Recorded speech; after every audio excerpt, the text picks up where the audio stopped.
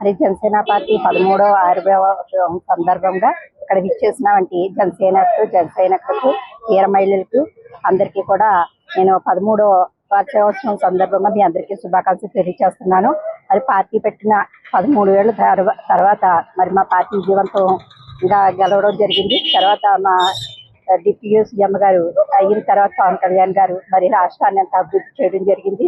అలాగే ఇంకా పార్టీ ఎదురుకెళ్లాలని నాయకులందరూ జనసేన నాయకులందరూ కూడా కలిసి కట్టుకొని హీరమైలంతా కలిసి కట్టుకొని పార్టీని ఇంకా ఎదురుకు నడిపించాలని కూటమి ప్రభుత్వం ఇంకా ఇలా 25 సంవత్సరాలు కలిసి ఉండి ఇంకా రాష్ట్రాన్ని అంతా మంచిగా బాగు చేయాలని మనస్ఫూర్తిగా కోరుకుంటూ ఈ రోజు 13వ వార్షికోత్సవం మాది జనసేన పార్టీ ఆర్బీ భవన్ నుంచి 2014లో పార్టీ మొదలెట్టేటప్పటి నుంచి ఇప్పుడు దాకా పవన్ కళ్యాణ్ గారు చేసే పనులు కానీ తన చేసే విధానం కానీ నచ్చే మొదలుపెట్టాం.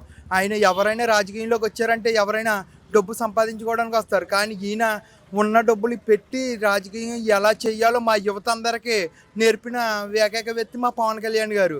అదే విధంగా ఈ సినిమాలో ఎవరైనా సంపాదించుకుంటూ ఎదరికెళ్తారు. గత 13 సంవత్సరాల నుండి కూడా జనసేన పార్టీ కోసం పనిచేసిన ప్రతి జన సైనికుడికి ఈరోజు ఒక పండగ అనుకోవాలి. అలాగే పార్టీ ఇచ్చిన పిలుపు మేరకు గ్రామాల్లో మండలాల్లో కూడా జెండావిష్కరణ చేసి ఒక పండగలాగా ప్రతి జన సైనికుడు కూడా సెలబ్రేషన్ చేసుకుంటున్నారు. అదేవిధంగా ఈ రోజు రాజోల్లో దేవర ప్రసాద్ గారి ఆధ్వర్యంలో వారిచే జెండావిష్కరణ చేయించడంతో పాటు జన సైనికులందరూ కూడా విందు ఏర్పాటు చేసుకోవడం, కేక్ కటింగ్ చేసుకోవడం, సంబరాలు చేసుకుంటున్నాం. ఈ రోజు జనసేన ఆవిర్భావ దినోత్సవం ఘనంగా జరుపుకుంటాం అయితే జరిగింది.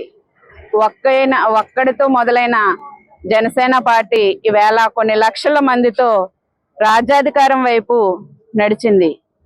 ఏదైతే మార్పు చేయాలి, తీసుకురావాలి అని పవన్ కళ్యాణ్ గారు ఊహించారో అదే మార్పుతో, అదే సిద్ధాంతాలతో ఈ రోజు ప్రభుత్వాన్ని ఏర్పాటు చేయడం అయితే జరిగింది.